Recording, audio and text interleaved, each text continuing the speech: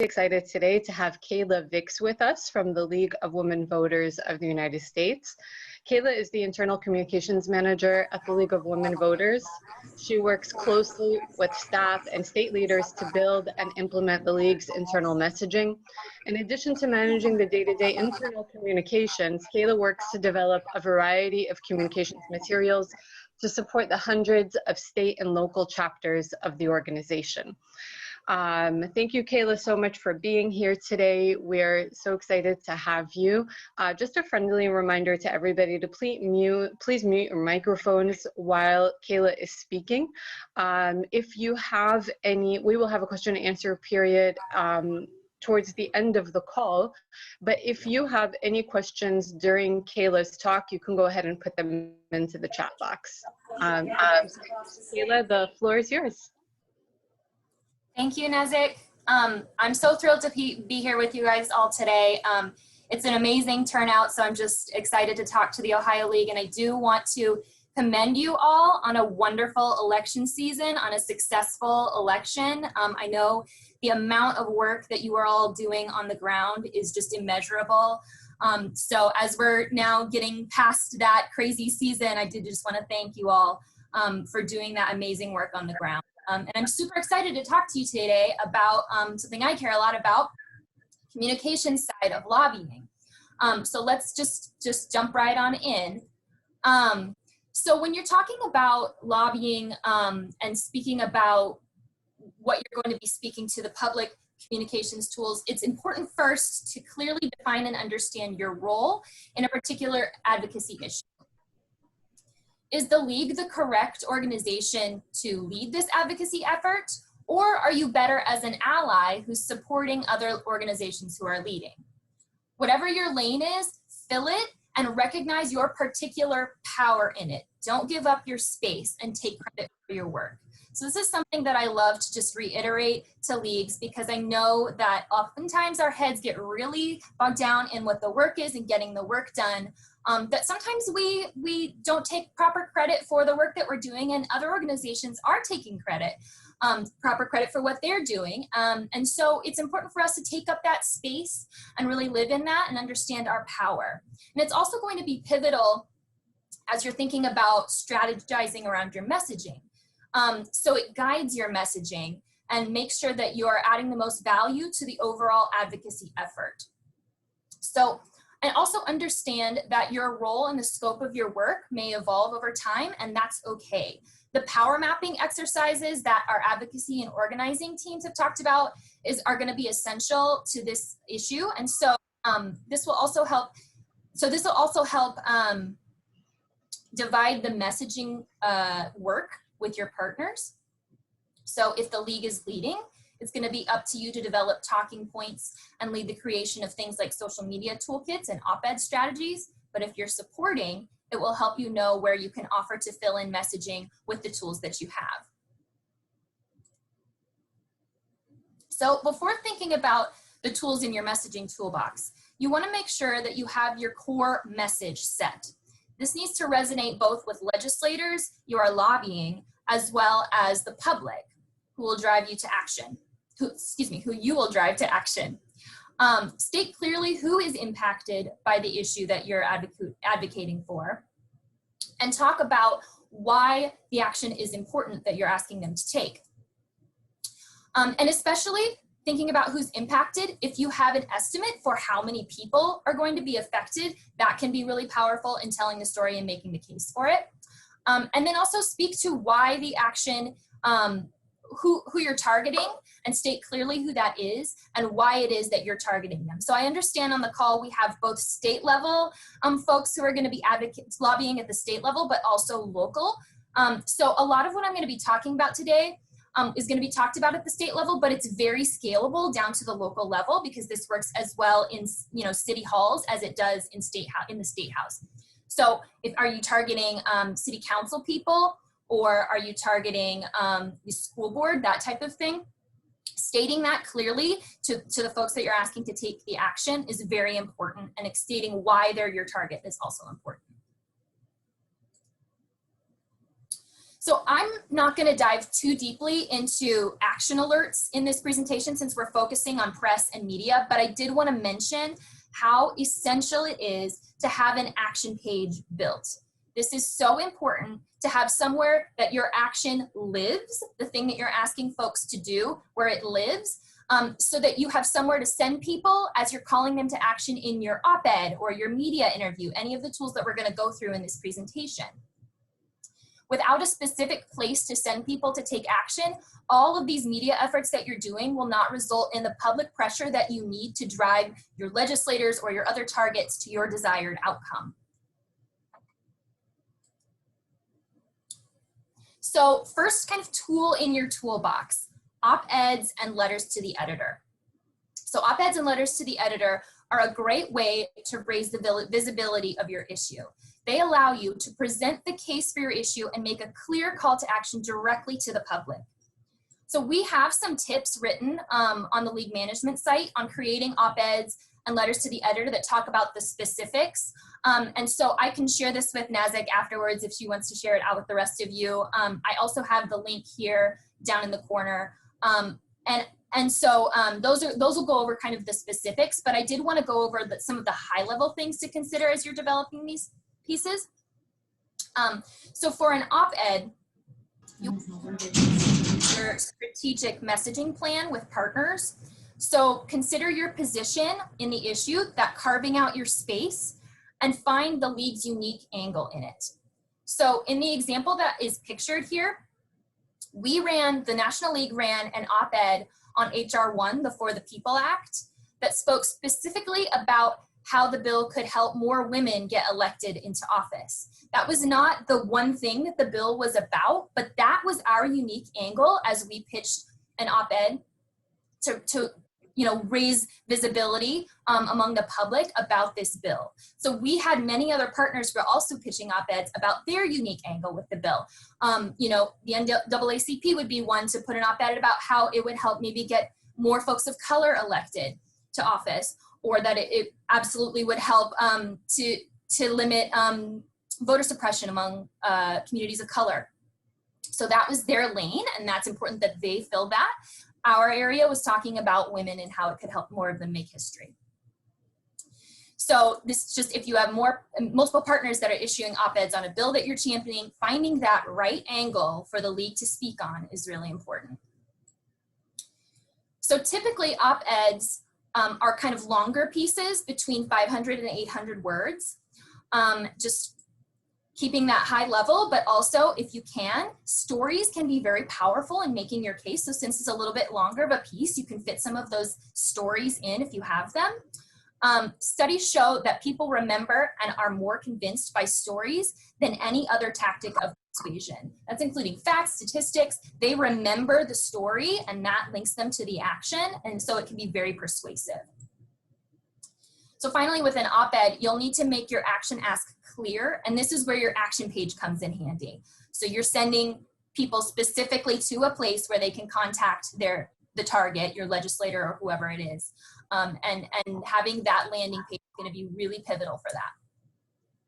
So I do mention letter to the editor. It's similar to an op-ed, but it's usually much shorter, 250 words or less usually, depending on the publication. And it's usually in response or reaction to something, but I do mention this as a tactic because it can be a fallback option if your op-ed pitch is unsuccessful. You pitch it to the publications and they just don't take it. Oftentimes it's easier to get a letter to the editor published, so that's just another tool that you can use. So I wanted to talk a little bit more about op-eds and LTEs because they can be such a powerful tool in your toolbox. So once your op-ed or your letters to the editor is published, be sure to share it on your digital channels. This is taking credit for your work, right? Too often I see or I hear from leagues saying, hey, we got this wonderful op-ed published, or we see it in the press clips that we pull. And then I go to their Twitter account and I don't see it anywhere. I'm like, oh, this is an opportunity, right? You've taken up the space, you've made this case to the public, and you're not taking the opportunity to share that publicity and share the work that you've done. So making sure that you have that on your website, on your social media, and sending it to your supporters in your newsletter or in an email can be really, really important and spread the word even further. So there are a few things to consider in choosing the right publication to pitch your piece to, because you're only going to be pitching to one publication at a time. So none of this sending your op-ed to 3 papers at a time and hoping one of them bites. They don't like that. It's got to be an exclusive. So you go to 1 paper at a time. If they say no, then you move to the next one. So you're going to want to have a list of your targets in priority order. Some papers have rules where the same author can't publish an op-ed in the same period, usually a span of 6 months. So just do your research, be prepared, and know what the requirements are for the different publications that you're looking to publish in. And make sure you plan out your calendar. So if you've got multiple issues that you're going to want to use op-eds as a tactic in your strategy for those issues, you know, make sure that you're deciding the timing, you know, when votes come up is a good opportunity to be putting out an op-ed, but make sure they don't run into each other so you don't lose your opportunity. Oh, we wasted our opportunity to publish in this publication because we used it on this bill that we weren't actually leading on, but we're leading on this one, so we missed our opportunity to publish there. That type of thing. So of course, pitching to a statewide paper gets the highest visibility, but sometimes a more regional or local paper can help you target better. This is especially, you know, if you're targeting specific legislators, specific folks you want to vote a certain way, targeting their area, a paper in their area can be more successful than just blasting it at a statewide paper. And finally, as I mentioned previously, so if you're working in a coalition, be sure to strategize together with your partners about your op-ed pitches. So maybe you both pitch op-eds, but you find different angles, or you pitch to different publications, or you pitch at different times. You know, we'll take the one before the House vote, you take the one before the Senate vote, that type of thing. Making sure it all fits into a broader strategy. So one thing that will serve you well is building relationships with press who cover the state house or the school board or whatever it is that is your target for the advocacy that you're doing. It's very important before doing any work with the press to identify one spokesperson for your advocacy work.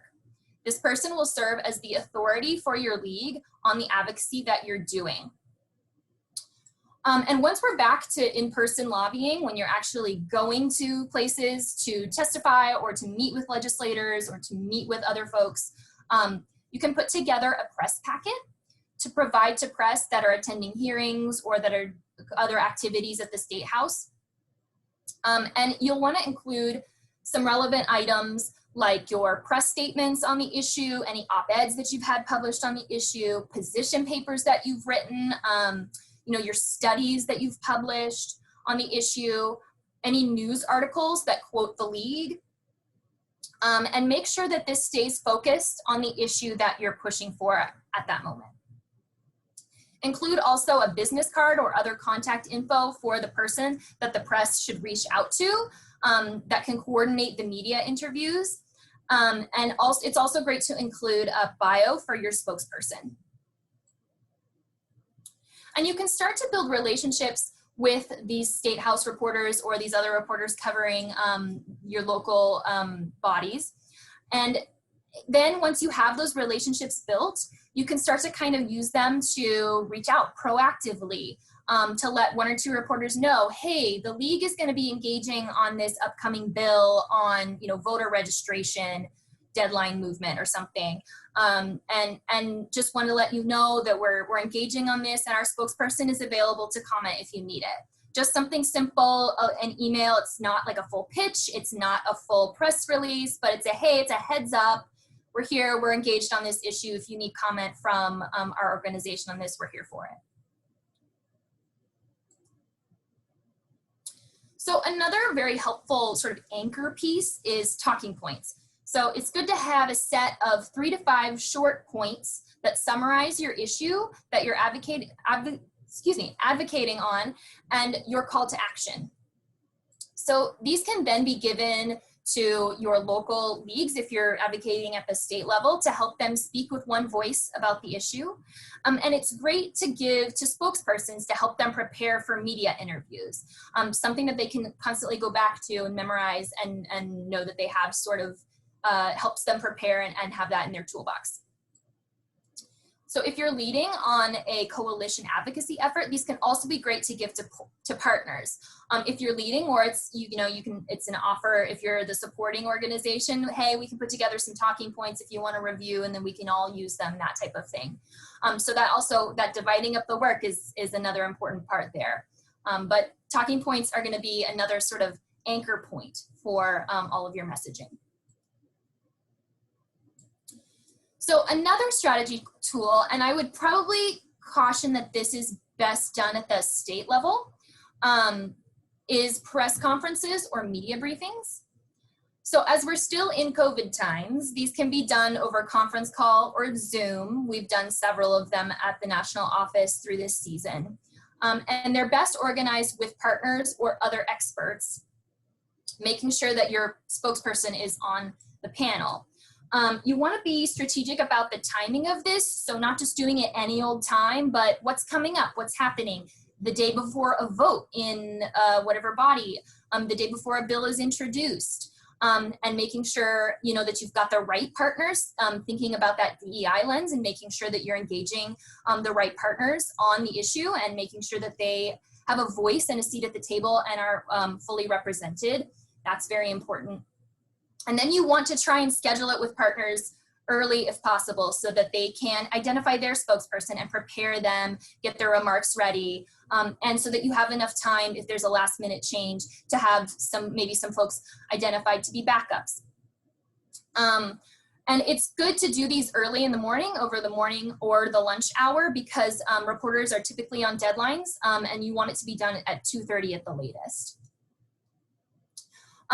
You also want to issue a press advisory once you've got all of those details worked out. So you're sending this out to your full press list to say, this is what's happening, this is where, this is the link, here's the agenda. We're going to have, 25 minutes of remarks from all of our panelists, and then the rest of the time will be questions. Usually they're an hour long. Here's a list of all the participants. Usually that links to a bio somewhere, or it links to, your league's page.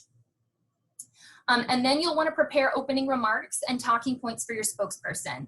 So you want to keep opening remarks brief. Usually, we give 3 minutes, knowing that they'll probably speak for 5 minutes because we know how folks can get excited. But you want to try and limit that if you can, because reporters are really there to ask questions. They're not usually there just to sort of hear you talk. They could hear you talk anywhere. They see lots of your press releases and op-eds and all of those things. So this is really time to engage the press and let them ask their specific questions. So trying to keep that opening remark short and leaving time for questions. And then you'll want to follow up with the attendance list. Look through who came and then see what they wrote about. Did they include comment from your organization? What did they write? And then sharing that out, taking that credit, posting that on your social media. Hey, our spokesperson was quoted in this, that type of thing. So that just keeps the engagement and also helps with building those press relationships as well. Press interviews. So when press reaches out to you and asks, hey, we'd like to interview someone from the league about this bill that you are advocating on. So prepping your spokesperson, once again, for this, they can lean on the talking points that you've prepared. And another thing that's really important to prepare is a couple of pivot statements. If your spokesperson gets in a bind, they are asked about something they don't really know about, it's off topic, or they're asked for something that makes them sound partisan. It's a partisan question, or it's about a candidate and they can't really answer because of the position of the league. So preparing those pivot statements, one that we really like to use a lot is what voters really need to know is. I've had what people really need to know is. I've stuck that in here because we're now past election season, so we're not always talking about voters. What I'm really here to talk about is, I can't speak to that, but what I'm really here to talk about is this XYZ. So those are going to be really helpful for you. And it'll make you feel more comfortable as you have a weapon in your toolbox in case you get a question that's just not appropriate. You'll also want to mention your call to action, and you'll have somewhere to send people because you will have created your action alert page. So it's really great if you have the ability on your website to have a short URL for your action alert page. So, you know, lwvohio.org/HR, the bill name or something like that. So that you can say it verbally and folks can go to it right away. Or go to our website, click on advocacy or something like that, right? Quick steps that folks can follow verbally and so that they can go take action. It's also nice for press interviews if you have the time, if you're able to do some research, to have some stats or numbers to sprinkle in. Like I mentioned earlier, if you happen to know how many people are going to be affected by the bill in question, that's great to list that number, right? If it's going to affect like 100,000 people, that is a big thing to mention, and you want to be able to draw attention to that. So we have some more tips for media interviews, a lot of specifics about, you know, what you need to ask when you get contacted for a media interview, what you know, if you're on camera, what to wear, that type of thing. And that's on the league management site. And so that's another link that I've got down there and I can share out afterwards as well. So another great tactic is social media pressure campaigns. You can do a lot with social media. One of the things that we really do a lot, especially in our coalitions for national issues, is a tweet storm. So yes, tweet storm can often refer to some things that we see from the president from time to time, but it also refers to when organizations get together and they are all trying to draw attention to the topic in a period of time. So usually it's over like the noon hour. We're all going to be tweeting about this over the noon hour.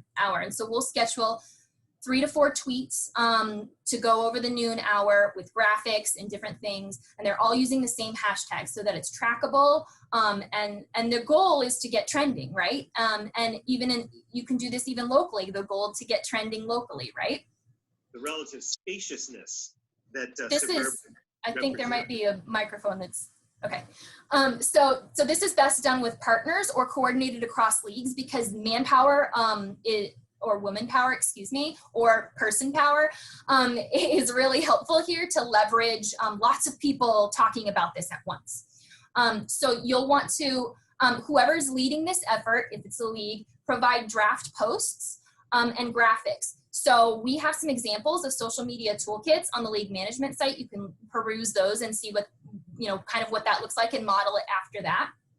And then you'll want to schedule this strategically. Once again, is it the day before a vote? Is it the week before a vote and you're trying to get people to contact their legislators to get them to a vote a certain way? That type of thing. So I have an example. The pictures here show something that we helped the Minnesota League of Women Voters with. So I think the issue here was the legislature, for some reason, was not voting to accept election funding from the federal government. It was kind of a baffling thing.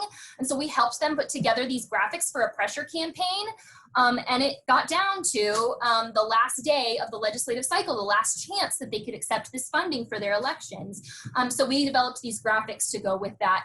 So that wasn't a tweet storm, but it was an escalated sort of, hey, reminder to legislators, to the Minnesota legislature, that this was coming, and to people to contact their legislator and make sure that they vote to accept that funding. So this is like a call to action. So you're linking to your action page, you're including a picture or a graphic to draw attention to it, and you're using hashtags. It's really important to use whatever hashtag for kind of the area that you're in. So I did some liberty and looked up, it looks like OHLEG is the Ohio legislature hashtag. And so folks are clicking on that in your area to see like what the activity is. And so it helps you become a part of that conversation. So if you're doing this locally, finding out what the hashtag is. So I live in Wichita, Kansas, and the hashtag that we all use is hashtag I love Wichita. That's the thing that people are looking at what's going on in the city right now. And so that's a great one that I would use. So finding out what's in your area, and multiple hashtags are also great as well. So finally, what you're gonna wanna make sure that you do in taking up your space is take credit for your work and telling your story. What have you done? What was your part in the success? Stating that, sharing your part in the success. thanking your engagers and the legislature or the body, the school board or whoever it is, for in a letter to the editor. League of Women Voters thanks, you know, voters for pressuring legislators to vote this way or whatever it is, stating that, and then, you know, we've done this work, right? Issuing a statement once a bill has been passed is another great way to do to take credit and to get your voice and your quotes out there. So a statement, a press statement, so it's a press release, but it's a long quote form instead of just an informational press release with a couple of quotes. It's mostly a quote. And then if there is testimony, so if your spokesperson or others from your league have testified in front of a certain body, and that's been videotaped on, you know, Ohio Public News or whatever it is, you know, getting those clips and sharing them on your YouTube channel, having a place to send reporters, hey, we did, you know, this, we had testimony on this, this is what it was.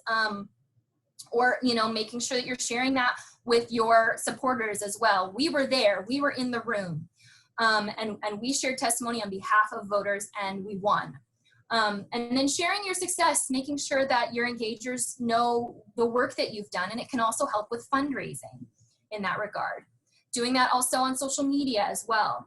And then also acknowledging your work in future references to the new law. So, you know, the bill came through and it was passed, and as you're informing voters, so there's a new law and it allows, you know, students that are 17 years old to get pre-registered or whatever it is. The league did a lot of lobbying work to get this law passed.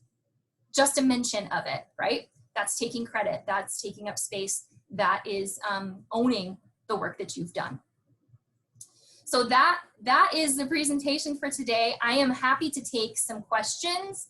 And so I'll just, I guess maybe Nazik can tell me what to do next. But yeah. Hi, everyone. Thank you so much, Kayla. We greatly appreciate your being here with us today. I'm going to say, let us try, and if you would like to ask a question, try to unmute yourselves. And if things get, you know, a little bit out of hand with the sound quality, we will go ahead and ask everybody to put them in the chat, or you can put them in the chat and I will bring them to Kayla's attention. Does anybody have any questions for our guest speaker today?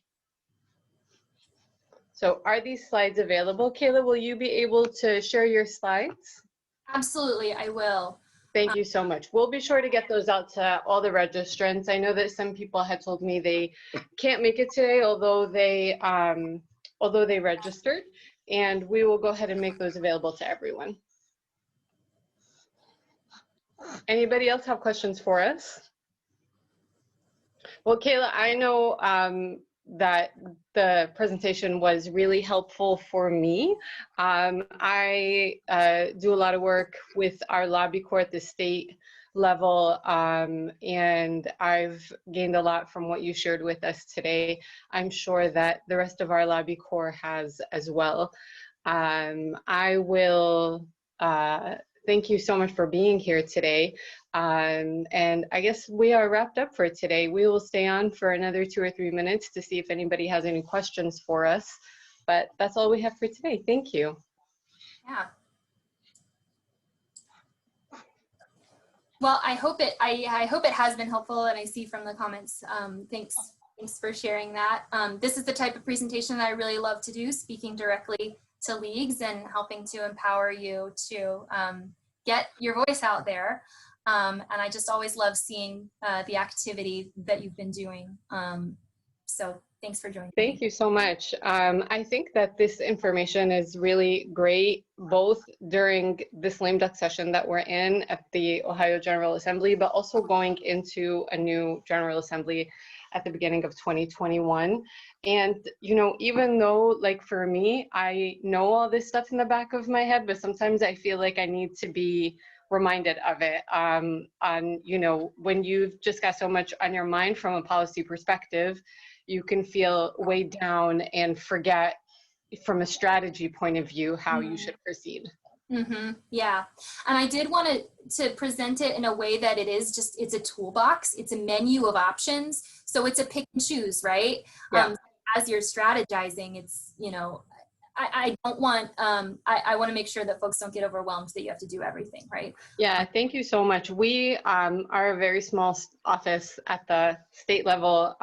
Like Jen always says, we, you know, carry a mighty load at the, you know, with just a few people. But we rely so much on our volunteers and on our, especially, you know, with this, our volunteers in the Lobby Corps.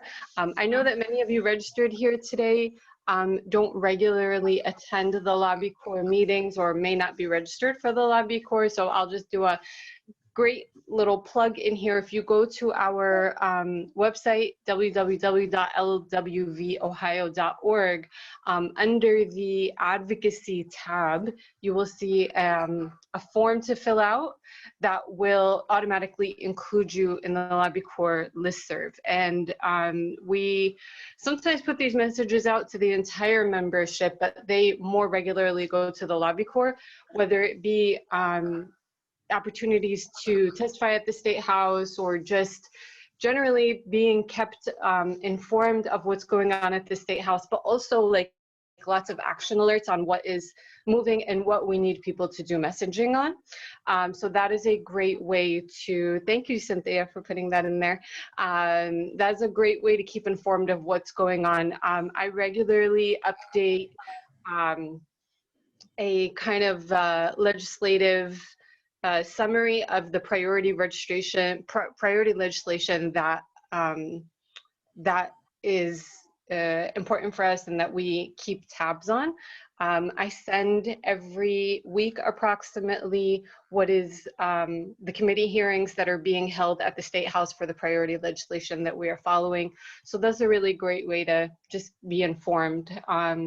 It's also a really great plug when you are trying to recruit members, letting them know that this is available, because for a very low annual price, you get a lot of information from what's happening. I always say, like, this is my job before, you know, now I'm just working a few hours a week from home, but before full time, this is my job. And even for me that this is my job, it is sometimes daunting to keep track of what's happening at the State House. Thank you for the cute baby comments as well.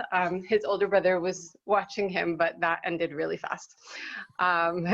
So we will wrap up today. Thank you again, Kayla, for joining us, and thank you everyone for being with us here today. Thank you all. Have a great afternoon. Bye-bye.